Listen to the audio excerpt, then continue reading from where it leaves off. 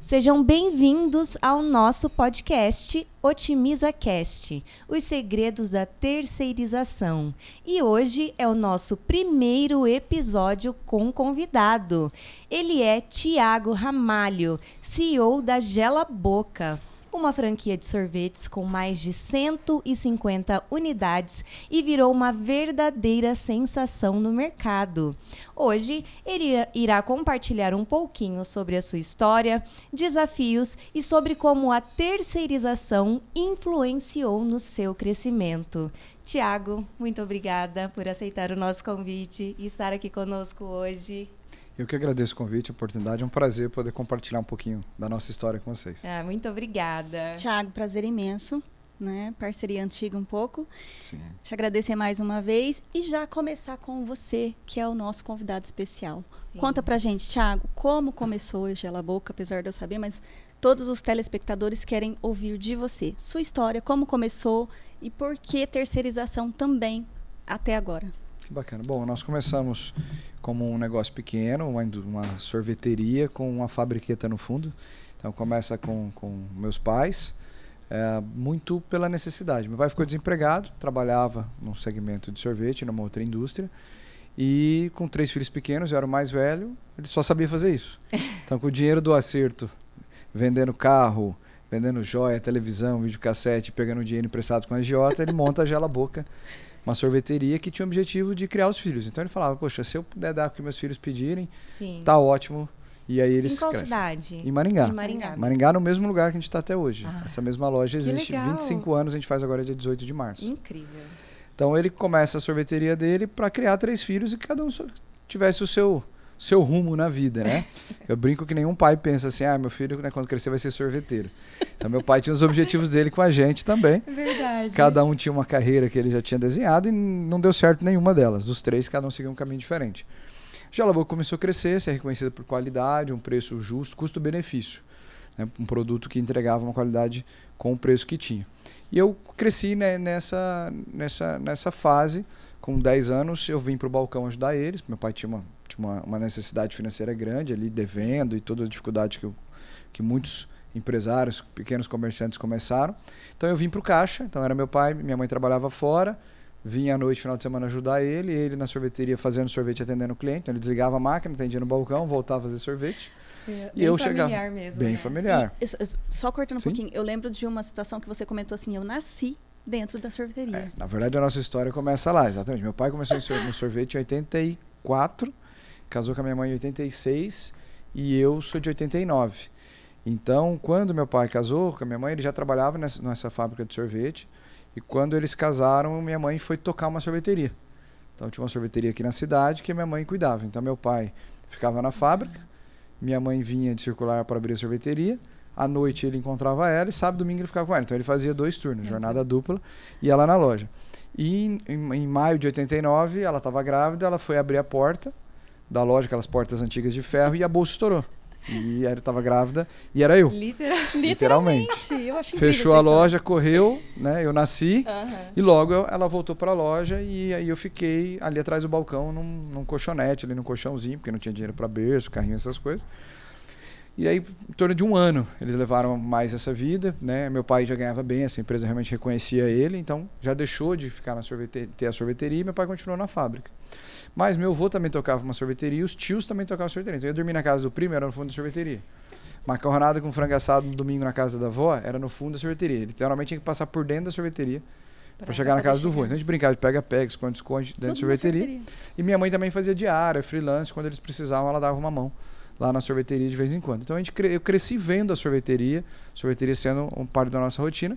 Meu pai com viés muito mais de indústria, mas a gente tinha essa visão. Quando ele abre a Gela Boca, minha mãe trabalhando, ajudando ele precisa de mão de obra e a mão de obra mais barata é o filho, né? De graça. Família. Os meus já estão vindo tudo.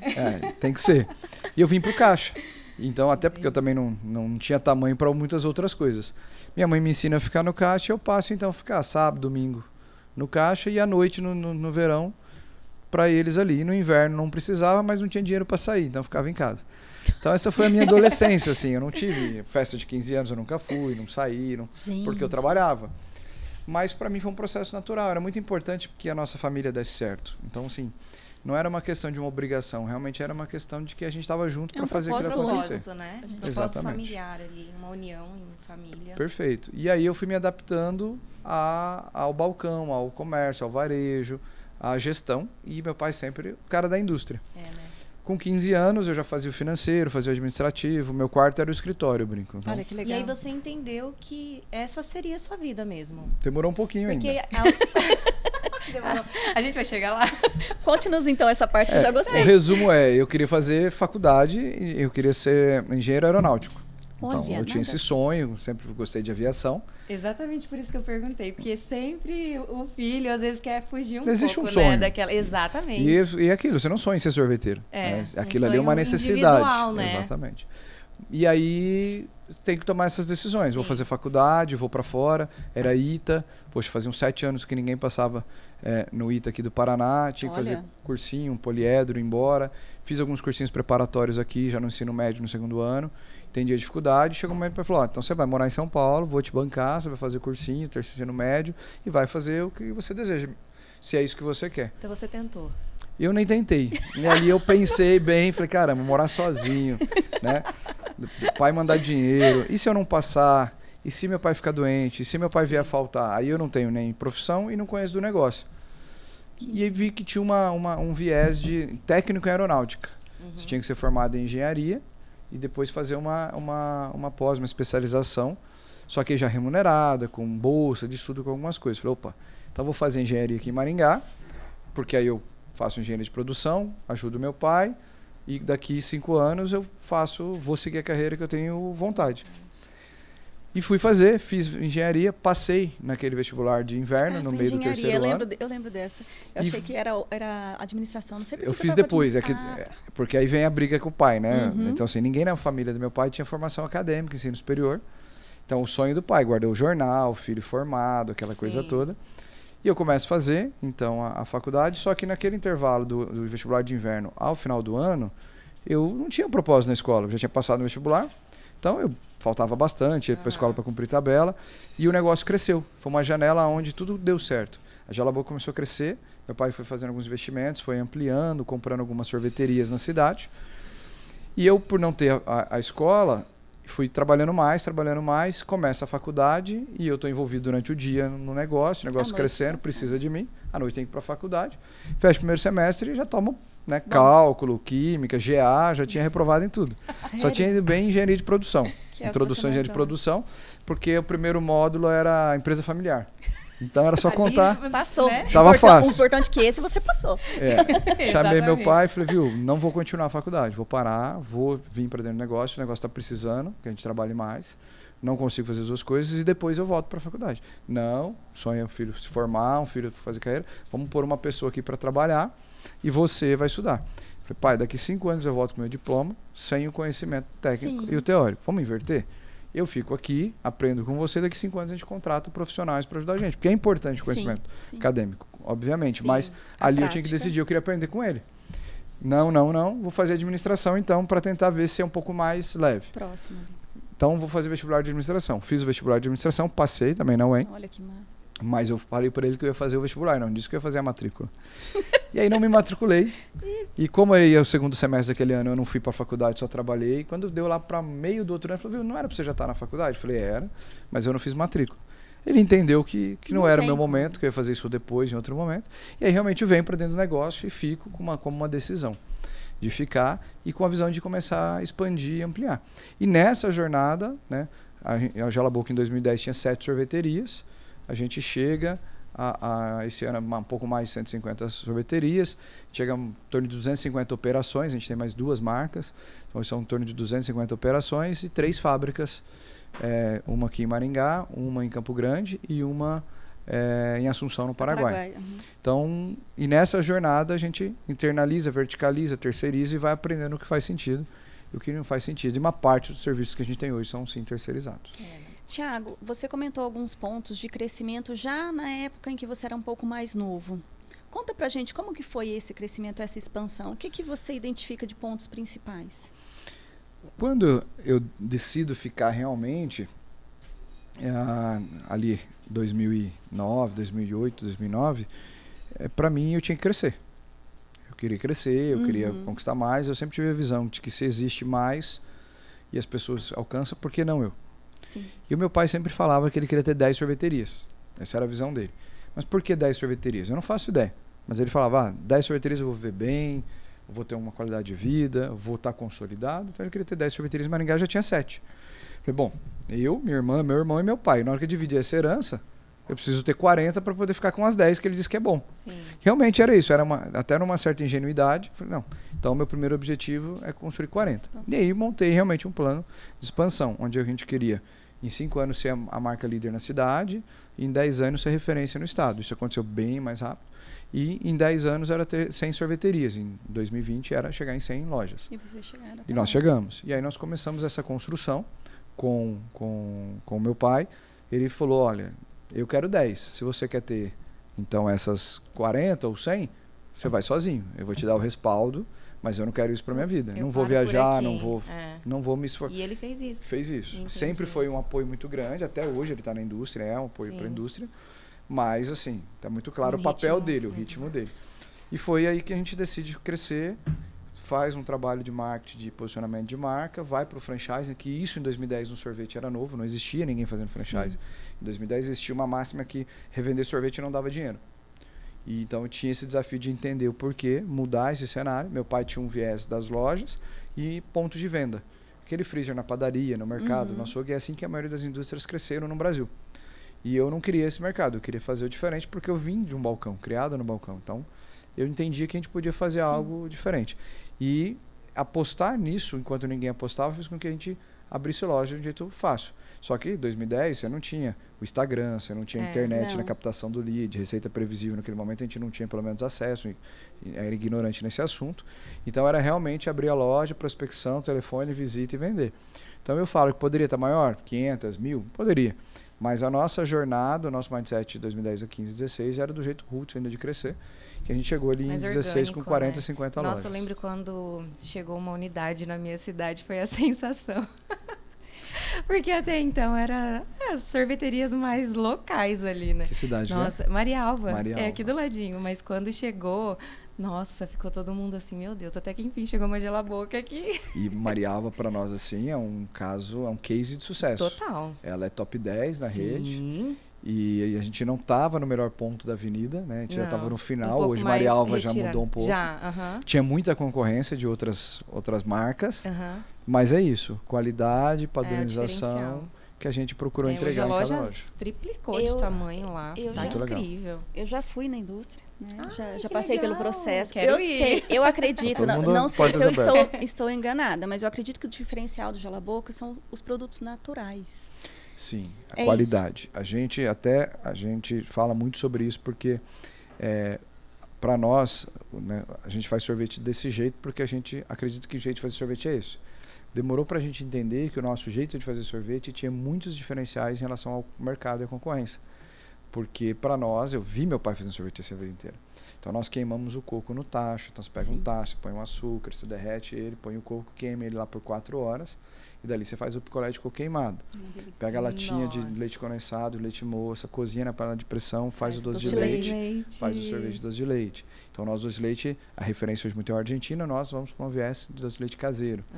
Aí o abacaxi, chegam lá hoje um caminhão de abacaxi, corta abacaxi, pica, tira a polpa, faz o picolé de abacaxi, outra parte de cozinha faz o sorvete de abacaxi. O abacaxi com hortelã in natura, tem hora para colher, tem um lugar para fazer, trabalha o hortelã, põe no abacaxi, faz o picolé de abacaxi por hortelã. E assim, bombom, que é com sonho de valsa, que a gente pica o sonho de valsa até hoje, não existe como você comprar o sonho de valsa picado. Né? Então a gente compra o bombom sonho de valsa igual a vocês, abre o pacotinho e pica um por um. Gente, tem bombom no mercado a granel, para indústria, para food service? Tem, mas não é sonho de valsa. Então a gente tem esse viés todo dentro da indústria, é isso que a gente acredita, e aí o grande desafio foi dar escala para o jeito que meu pai fazia sorvete. Mas a gente mantém exatamente o mesmo jeito a mesma base do que ele usava para fazer sorvete. É incrível. E é muito isso. Porque eu passei por lá, eu vi. Então você conhece. Toda né? a parte da qualidade é E excepcional. como que vocês fazem esse controle de qualidade, assim, hoje com tantas unidades e... Dentro da indústria existe um departamento Já de qualidade, tem um de P&D, específico. então aí controles, processos e padronização tradicional. E para as lojas, para a franquia, obviamente que a gente sabe que você vai ter talvez uma loja ou outra que não vai ter a experiência, o atendimento que a gente queria, mas a gente tem os consultores de campo. Então, para cada 25 legal. lojas, 30 lojas, existe um consultor que está visitando essa loja, desenvolvendo trabalhos de venda, treinamento, acompanhamento e auditando também essa loja. Então, você audita o estoque dela, se todos os produtos são da marca combinada que está no manual, se os produtos estão na área de venda, dentro estão no da padrão franquia. nosso, como a da franquia é feito, como é feito na tudo fábrica. conferido. Treinado, mas o mais importante é a conscientização do franqueado entender que se ele comprou essa franquia por esse diferencial, por que ele está mexendo? Exatamente. Então, assim, a gente não tem, assim, é uma rede muito, gerenciar a nossa rede é muito leve. Há uma confiança muito no processo, no produto, na marca, e os franqueados eles realmente seguem o padrão que a marca propõe. E seguem, porque quando nós vamos em várias sorveterias, é o mesmo padrão. É a mesma coisa. Atendimento, Sim. os sorvetes, a produtos, posição. É incrível, porque É. até as posições são muito... O layout, Layout, né? tudo. Sim. E a gente trabalha muito é forte muito nisso. característico. Sim. Eu acho que até a nossa fortaleza é maior a jornada do franqueado, a consultoria de campo, a padronização, do que a própria gestão da indústria. A indústria, ela mantém esse padrão de qualidade. Né? Isso. É. Ela tem o padrão de qualidade, ela entrega o produto no seu processo, mas isso é copiável. Sim, com certeza. Agora, É verdade. a jornada, a experiência da loja, que é o desafio. É. É incrível. E esse é um dos grandes desafios de vocês, então. Acho que hoje Você a gente, diria? acho não só nosso, né, do mercado Sim, como um No todo. geral, né? Porque a gente discute muito o pleno emprego, a falta de mão de obra, o Uhum. desafio. Mas acho que nós, empresários, também precisamos olhar para dentro do nosso negócio, né? Qual o valor que a gente está dando na mão de obra, como a gente está Exatamente. valorizando ela, a cultura que a gente está implementando. Então, assim, nossa, o funcionário por causa de R$200 ele muda de emprego. Poxa, para quem ganha R$2.200 é 10%. Então, R$200 é pagar a conta de água dele que estava atrasada.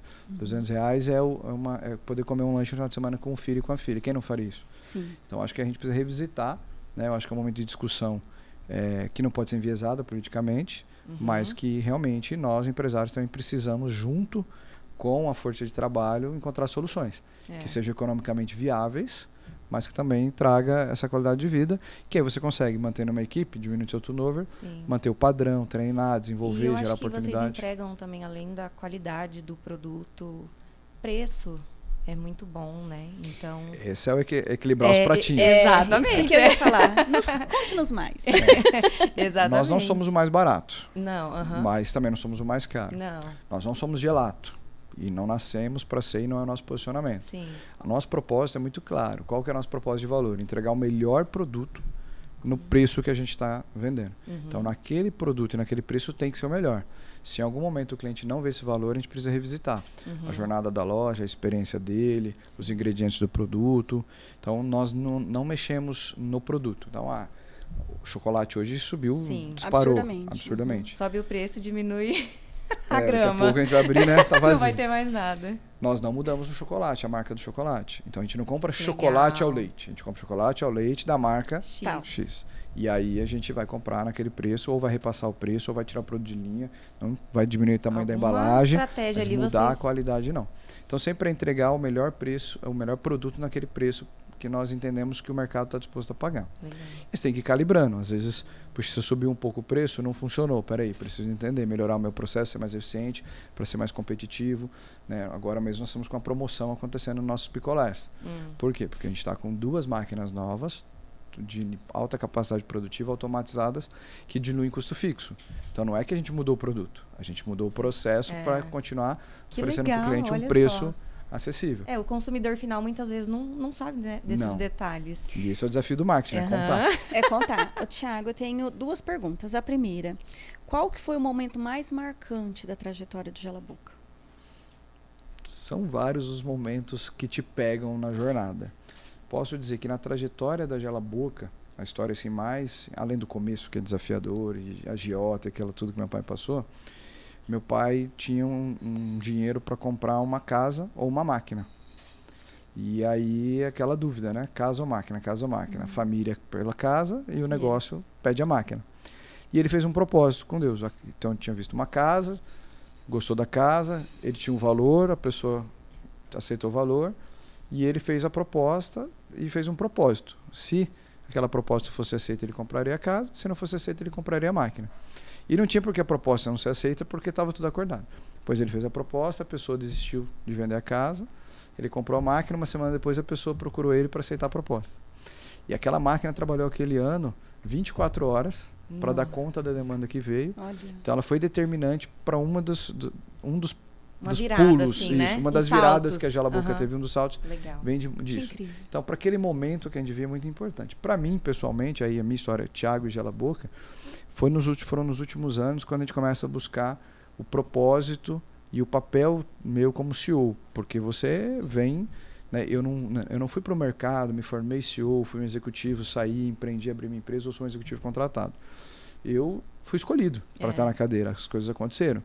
Então, a posição de CEO é uma posição relativamente solitária, né? Porque você tem o cliente te cobrando lá em cima, os fornecedores que precisam ter relação, franqueado, mas você compartilha com quem? Muitas vezes o teu time espera de você o direcionamento, a estratégia, a diretriz.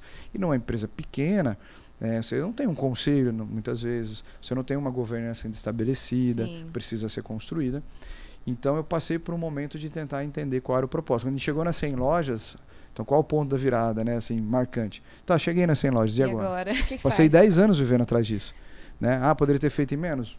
Com certeza tiveram empresários que fizeram mais rápido, mas para mim era o meu propósito. E agora, qual o próximo? Qual é o próximo? E isso até eu entender o propósito do negócio, meu propósito como CEO e o que a gente estava para fazer, qual era a empresa que a gente queria, porque existe o by the book. A empresa é isso, a empresa tem que ser isso. E a gente vai buscar conhecimento, traz consultoria, traz executivo. E aí chegou um momento que eu entendi que legal, a gente tem muito conhecimento, metodologia de gestão, implementamos governança, mas e qual é a Gela Boca que eu quero para mim? Não é essa. Incrível. E aí foi onde eu tomei a decisão, ok, isso é o by the book, mas isso é o que faz sentido para a gente, nós vamos tocar a empresa assim. E aí foi libertador. Eu acho que com tudo que você falou até agora, o maior insight que me traz, assim, é que hoje as pessoas querem as coisas tão rápidas, né? E, poxa, eu estou aqui diante de mais de 20 anos de história. Então, hoje as pessoas olham, né, a Gela Boca, o Thiago, olha só o império que essa sorveteria virou. Mas são mais de 20 anos, né? Sim. De história, de construção, de desafios. E aí eu falo, meu Deus. E entender que os desafios que todo empreendedor passa, você já passou. E é uma via de mão dupla. Tem uns que passam de uma forma, mas sempre tem esses desafios para enfrentar. Sim, eu acho que talvez o nosso mérito não foi talvez na velocidade e no tamanho, apesar que o negócio é relativamente importante hoje, mas foi na consistência. Consistência. Porque a gente teve consistência ao longo dos 20 anos. Pode ser que poderia ter colocado mais velocidade, mas eu acredito na consistência. Acabou seu propósito ou tem outro maior? Pode contar ou não? Eu acho que a gente encontrou. Encontrou? Né? Eu acho que o nosso propósito é realmente poder impactar e mudar a vida das pessoas que ao longo da jornada nos encontram. E isso não tem a ver com o tamanho do negócio. Então passa a ser mais leve a expansão. A cobrança, assim. Né? E a gente fala muito sobre isso aqui no podcast. A questão de propósito, né? Porque o meu propósito sempre foi, trabalhei a vida inteira como financeiro e eu falava, gente, eu consigo ajudar mais empresários. Por que ajudar um só? E aí veio isso. E a Cássia também, com o secretariado remoto. Eu consigo ajudar um empreendedor, mas eu consigo ajudar vários. Então, esse é o nosso propósito também. Não é só crescimento, não é só o dinheiro. Mas o que nós conseguimos ajudar o outro e impactar na vida do outro positivamente. Então, e eu acho que isso fica leve. Ao invés de você ter 100 empresários na carteira, se você tiver 50, mas realmente ajudando e transformando o negócio deles, perfeito. Tá, eu acho que essa sensação de dever cumprido. Claro que a gente tem que ter o objetivo de crescer, de ser agressivo, de continuar crescendo. Nós crescemos 38% no ano passado. Olha, que incrível. Então, assim, a gente tem realmente um viés de expansão agressivo. Sim. Mas, e foi muito diversificando o canal, diversificando o negócio. Então, não foi só a Gela Boca.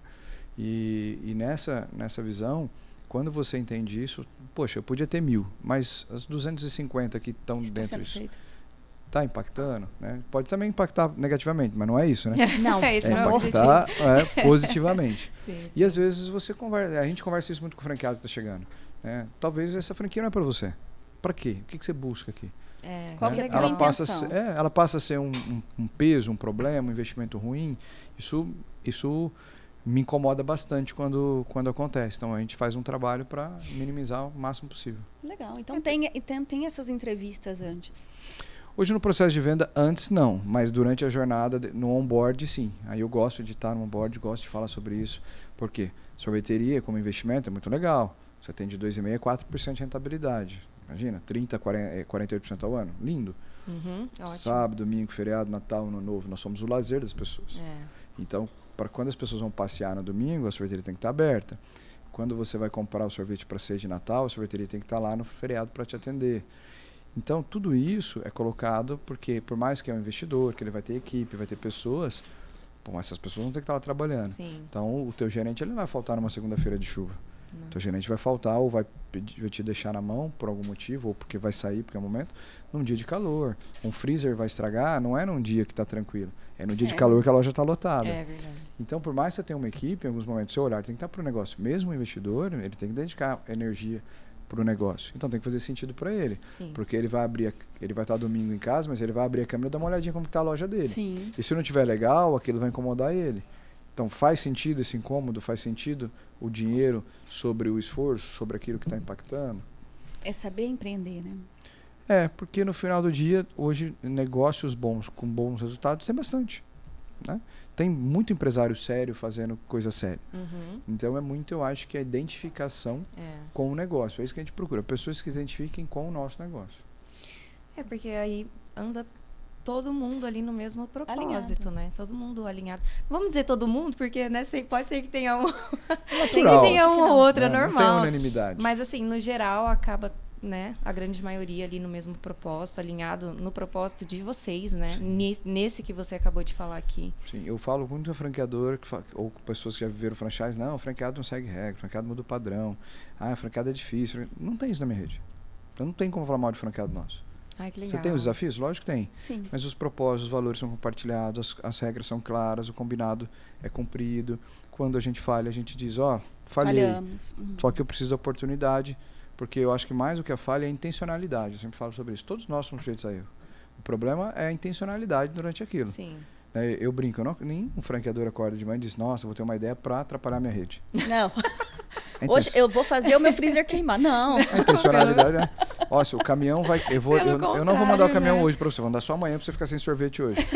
O caminhão vai quebrar, o motorista vai faltar. Sim, uma série de coisas vão acontecer. Dar o melhor ali, né? Então, quando você tem muito claro esses papéis, então, assim, para nós, eu falo que a jornada do nosso franqueado ela é leve, ela é desafiadora. Você tem que alinhar a expectativa de mais de 150 famílias. É difícil. Mas só que, assim, isso não é o que me cansa, ou me pesa, ou é o desafio. Porque você tem esse alinhamento de propósito e de valor. Quando você traz isso para o negócio, para o dia a dia, para as relações com as pessoas, acho que está claro, né? Então, não temos aí... Não tem muito o que...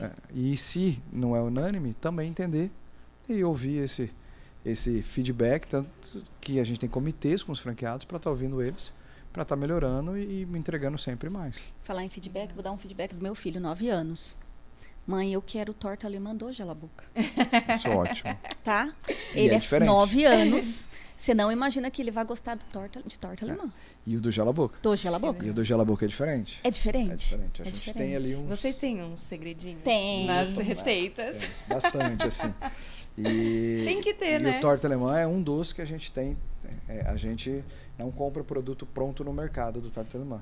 Não. Então, a mistura é feita em casa, então por isso que ele é diferente do que tem no mercado. É incrível. Porque o teu fornecedor hoje de ingrediente, ele atende você e todas as outras marcas. Então, e tem coisa que não adianta reinventar a roda. Napolitano, morango, chocolate, flocos. Mas ainda assim, o nosso chocolate tem um segredinho, o nosso flocos tem um segredinho. Legal. E assim por diante. Aí não vai contar pra nós, esquece. Lógico que não. A linha do zero...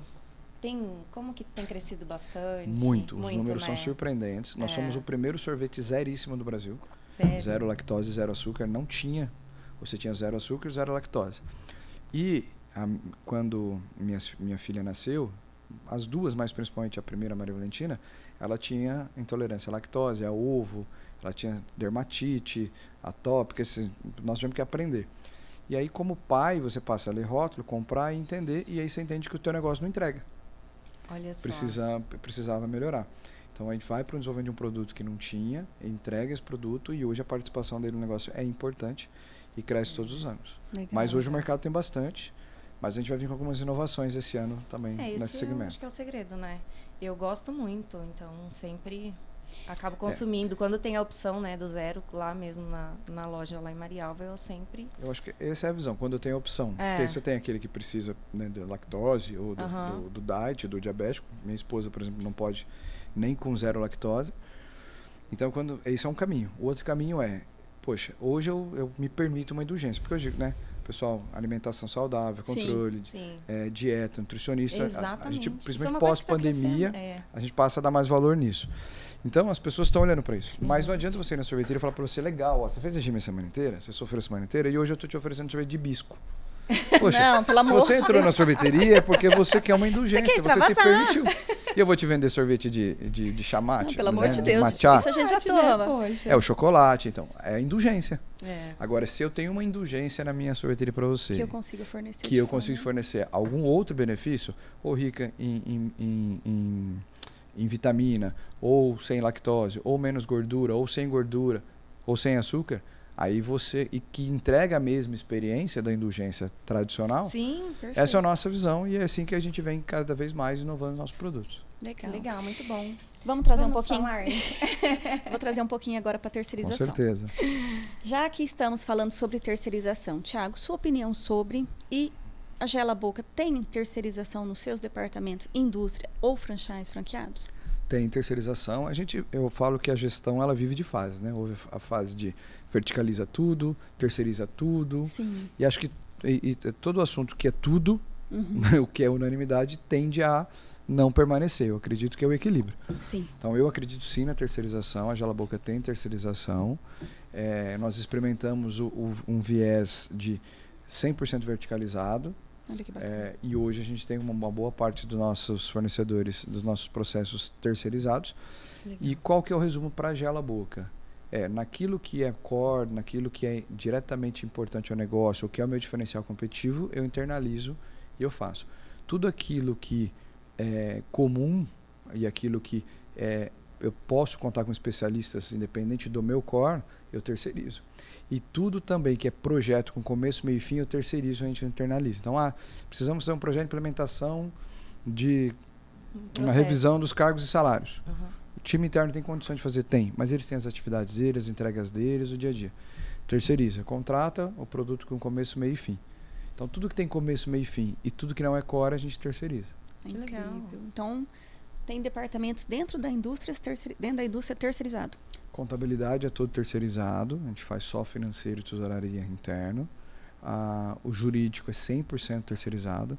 Todas as operações de contrato, de departamento pessoal de regras trabalhistas, tributário, tudo é como jurídico.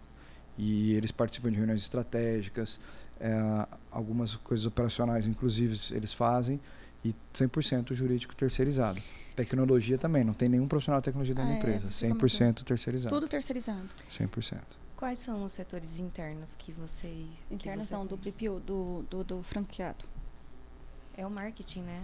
O marketing é interno. Marketing é interno, esse a gente não negocia. Então, eu sou contra terceirizar marketing. Por quê? Porque o marketing hoje, principalmente se você estiver falando de growth, você está falando de construção de marca, você precisa viver a cultura, viver dentro e experimentar isso. Para nós é core, marketing a gente tem internalizado. Uma parte do financeiro, então a parte assim, administrativa e a parte de tesouraria é interna, facilities é interno. Que legal. Então, isso são... E aí depois a indústria, né? Aí departamento pessoal é interno e também o RH interno. Agora, o jurídico, a parte de TI, tecnologia de forma geral, também além do jurídico, TI, a contabilidade é terceirizada, uma parte da logística a gente também terceiriza, uma parte da logística é terceirizada, a gente usa outras estruturas para fazer. A trade é terceirizado. Olha, trade também? Trade é terceirizado, é o marketing ali, mas a execução do trade é terceirizado. Então tem um time interno e a execução do trade ela é terceirizada também. E tem dificuldade entre os dois? Você achou alguma dificuldade entre tentar colocar o terceirizado com o interno? Que nem nesse caso do trade. Ou alguma dificuldade com a terceirização para vocês? Não, para nós o processo de terceirização ele sempre foi muito tranquilo e todos os movimentos que a gente fez de terceirização funcionaram bem. Então, contabilidade. Hoje, a regra muda muito rápido.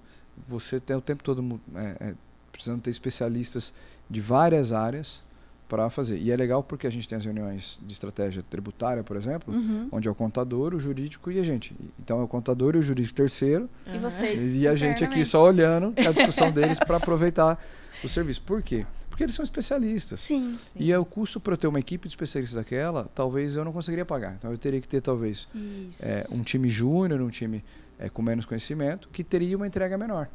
E então você consegue ter por um custo, que talvez não é o mesmo custo do júnior, mas é maior, mas não é o do especialista, uma entrega de profissionais com mais conhecimento, que vai me resolver e me trazer mais resultado. Tecnologia. Tecnologia ela muda numa velocidade tão grande que não dá para internalizar os processos de tecnologia. Então, o servidor que era interno hoje é fora, no cloud, o prestador de serviço de hardware é externo. Agora, o que a empresa tem que se adaptar para entender isso? Só que quando você também contrata profissionais muito bons, hoje, por exemplo, com um terceiro, o nosso SLA de atendimento de hardware é mais rápido quando o departamento era interno. Olha. Porque ele tinha outras demandas, ele tinha tarefa, ele tinha reunião de indicador, ele tinha reunião de orçamento, ele tinha que contratar, fazer entrevista, tinha que demitir. Esse processo todo você terceiriza para a empresa. Esse é um problema da empresa. Quem vai vir me atender, não importa. O importante é que eu vou ter o atendimento. Nós falamos muito sobre isso. E isso gera demanda interna. Então, assim, quando as pessoas, eu tenho um departamento. Não, mas se eu trouxer esse departamento interno, eu vou economizar. Tá, mas aí você vai trazer demanda para o seu RH, demanda para o seu departamento pessoal, demanda para o seu facilities, você vai aumentar o seu despesa no refeitório, você vai aumentar a tua despesa nas ações de endomarketing, a demanda do departamento pessoal, reposição de vaga, espaço físico. Então, assim, é uma energia. Aí é aquilo, qual o impacto disso estando dentro, fora? Marketing, para mim é dentro. O meu departamento de marketing interno custa com certeza mais caro do que externo. Mas aí, cultura, velocidade, forma de comunicação, e você tem a solução, franquia também, que ele também ampara toda a franquia. Exatamente, é uma demanda gigante. Então, essa é a visão gela-boca. Terceirizar, com certeza, porque você, meu Deus, a demanda é muito maior. Engraçado que ele falou tudo que nós falamos aqui. Tudo em 5 minutos. Eu vou trazer o Thiago toda vez. Se você vem, nosso podcast dá 5 minutos toda vez. Tá tranquilo, né? Tranquilo. Mas é aprendendo com a tentativa e erro. Sim. A gente teve contabilidade interna, TI foi interna, marketing foi interno e continua interno, o jurídico foi interno. Imagina. E tem a questão também, por exemplo, marketing, você vai contratar. Mas você sabe tudo sobre marketing? Para você estar podendo contratar essa pessoa, vamos colocar no sentido para outros empresários, ou financeiro mesmo. Hoje eu sei tudo sobre financeiro? Será que não tem pessoas mais que fizeram cursos, treinaram, trouxeram experiências novas? E aí o empresário precisa entender isso também. Por exemplo, eu sou apaixonado pelo marketing. Então eu tenho uma facilidade de conduzir isso dentro do time, porque há um conhecimento, então é muito mais tranquilo. Mas já talvez, se não fosse, talvez teria que ser terceiro. Ainda assim, a gente compra projetos específicos, por exemplo, construção de marca. A gente não cria interno. Então, nós lançamos uma marca nova, Gelato da Praça. A nossa gelateria, a gente abriu a primeira unidade em Cascavel. Foi terceirizado. A construção da marca, o posicionamento da marca, o branding, o name e também o lançamento da marca. Aí entra naquela ideia de projetos que você falou, né? Com começo, meio e fim. Me entregou a marca, agora a gente daqui dá continuidade. Isso. Mas eles foram lá e construíram, mesmo no marketing que a gente tem uma facilidade. A gente cria uma marca que não tivesse enviesada, né? Que tivesse um viés do que é dentro da gela-boca. Então ela tinha que nascer separado. Então por projetos a gente também, mesmo áreas que a gente não negocia, a gente em algum momento terceiriza. Super natural. Que incrível, é muito incrível. E vocês, bom, tem uma longa trajetória.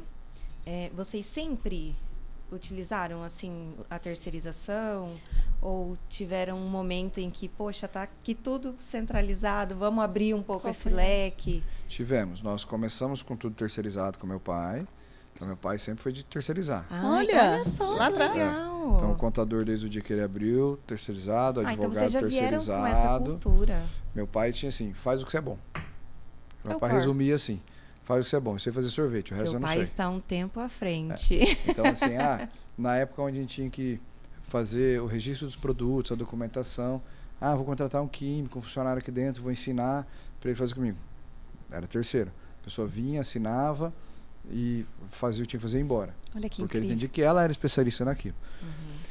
Ali, a partir de 2011, 12, a gente vê o franchise como uma série de oportunidades, né? Eu posso vender para esse franqueado tudo. Se eu tiver a contabilidade interna, eu posso prestar serviço para ele. Se eu tiver o BPO, eu posso prestar serviço para ele. Se eu tiver o TI, eu posso prestar serviço para ele. E assim por diante. E aí eu fiz esse movimento de internalizar tudo. A questão é que você tem que ter foco. Aí foi legal. E aí nós criamos várias oportunidades de receita e unidades de negócio. Mas e quem estava olhando para o negócio principal, que era a Gela Boca? Ninguém. Exatamente, porque aí eu tinha que me desdobrar Mudou em uma série de coisas. Muda o foco. Nosso crescimento naqueles 2 anos foi bem mais lento. Pô, peraí, meu foco é isso, sou bom nisso, vou fazer isso. Terceiriza tudo de novo. Legal. E o franqueado? Se for um parceiro, ele pode atender o franqueado.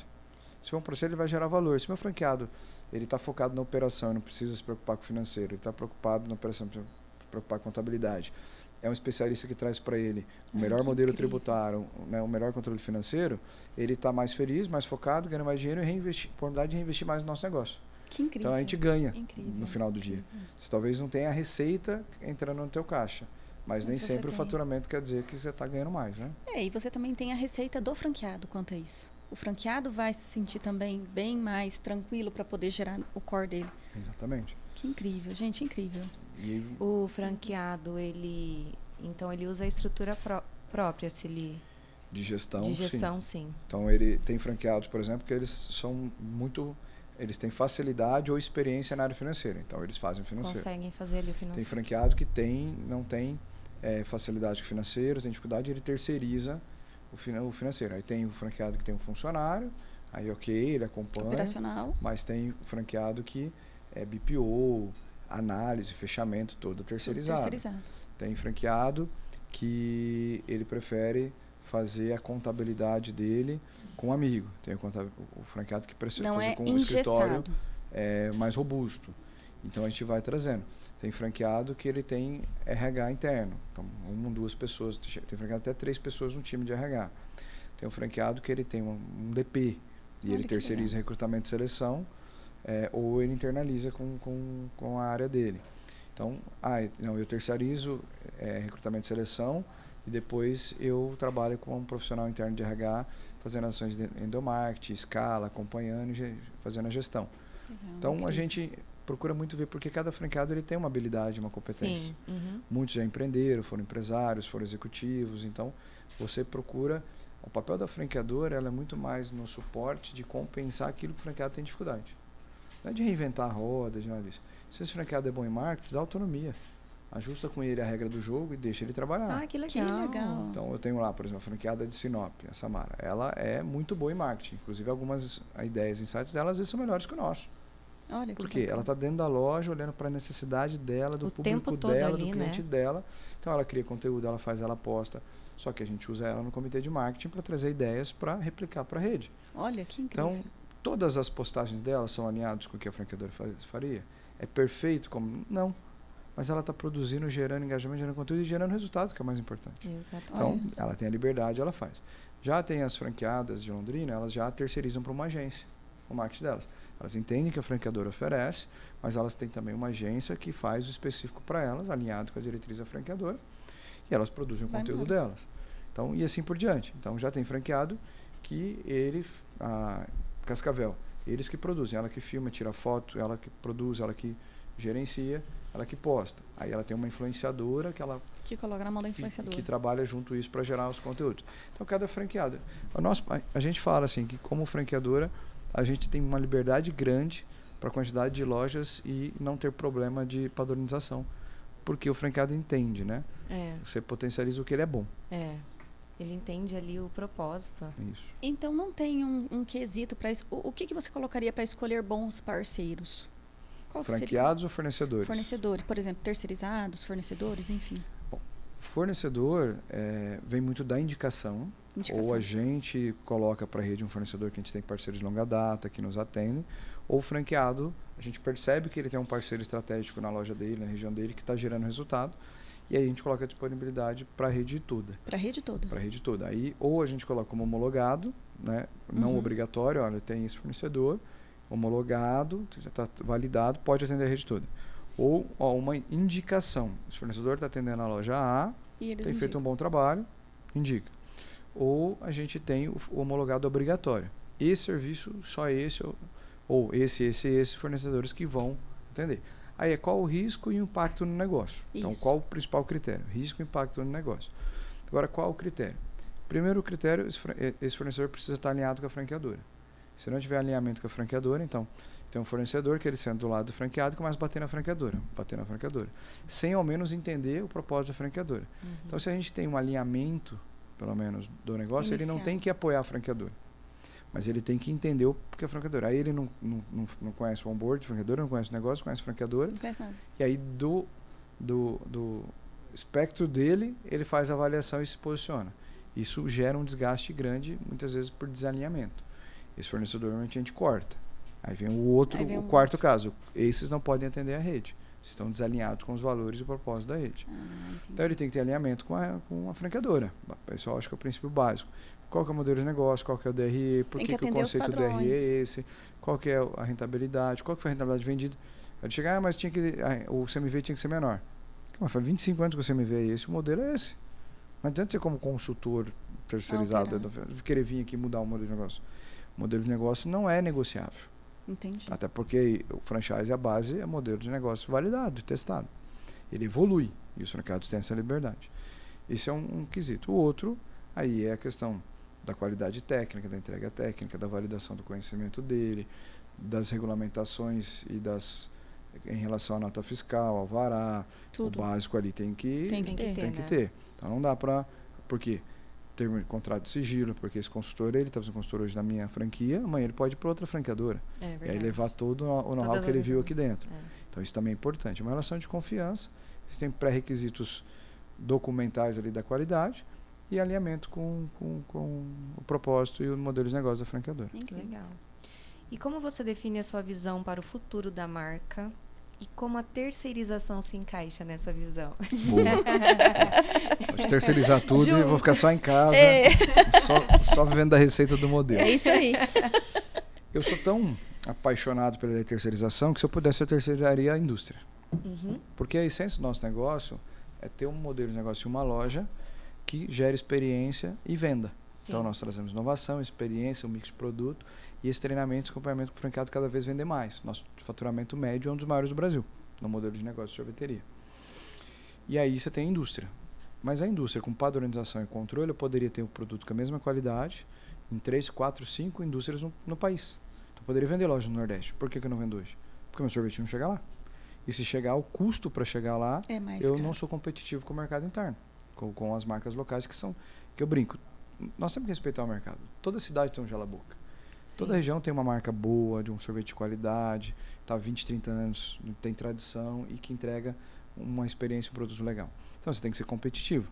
Então, esse é o meu, assim, para entender um pouquinho da onde é a minha visão na terceirização. Porque eu focaria em experiência e loja e deixaria tudo isso para quem é bom. Não é possível no nosso modelo de negócio para umas características do mercado. Mas, então, o papel da terceirização na visão de longo prazo é tudo que for possível me manter no foco e me ajudar no processo de crescimento, nós vamos terceirizar. E a visão de longo prazo, a gente tem o objetivo de chegar em 2030, 30 anos, 500 sorveterias abertas. Então, a gente está nesse projeto. A gente está com 160, 170. Até falamos 150, falamos errado. Mais de 150. É que abertas são 150, a gente tem acho que em torno de 20 para abrir. 18 ou 20 para abrir. Então, a gente fecha a temporada aí com 170 lojas. Então, basicamente, aí mais 4 anos, né? 2025 a 2030. Vou pegar aqui, estamos no meio do ano, mais 4, 5 anos. Então, se a gente fizer aí quase que 70, 80 lojas por ano, a gente chega nesse número. A gente já fez em torno de 50 lojas no ano, 50, 60. Então, é um número que a gente não fez ainda. Mas a própria base cresce. Então, quando a base cresce, naturalmente, ele também compra mais lojas.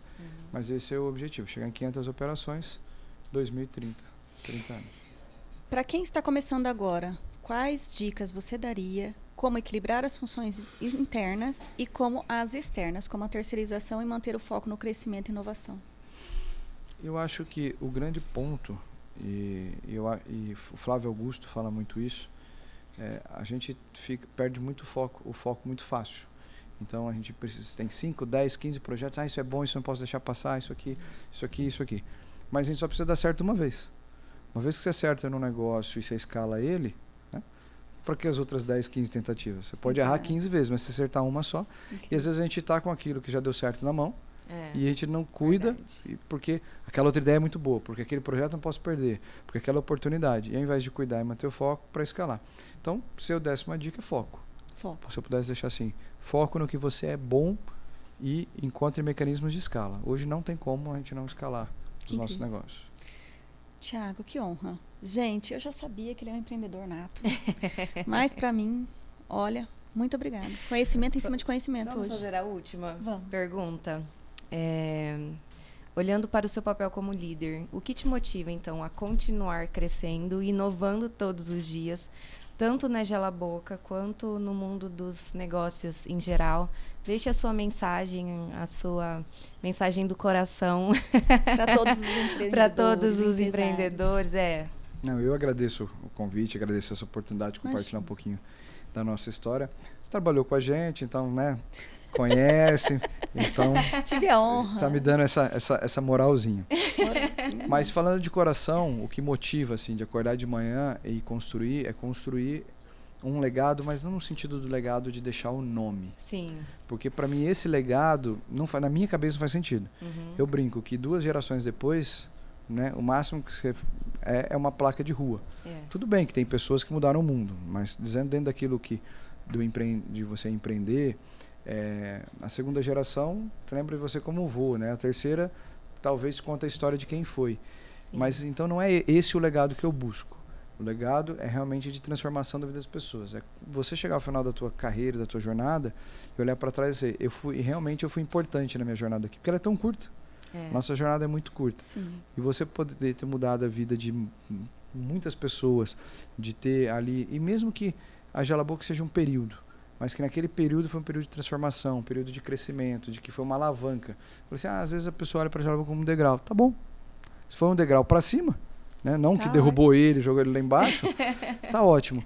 Então, é realmente o propósito de mudar e impactar a vida das pessoas na construção de um impacto e um legado grande, mas não de nome, mas sim realmente de transformação. No fim é sobre pessoas, né? É sobre pessoas.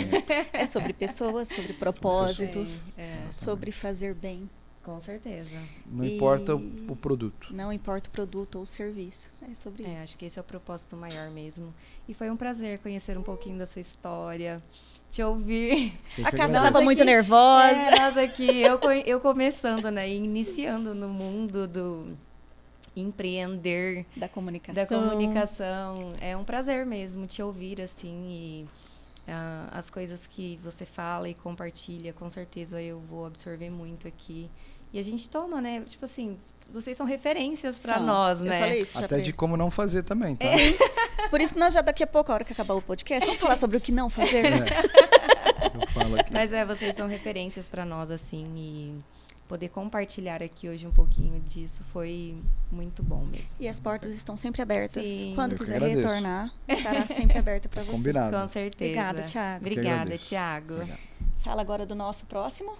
E no nosso próximo episódio, teremos Vinícius Ortiz como convidado. Ele é o presidente do BNI, região norte e noroeste do Paraná. Falaremos um pouquinho sobre uma ferramenta importantíssima para a terceirização, que é o networking.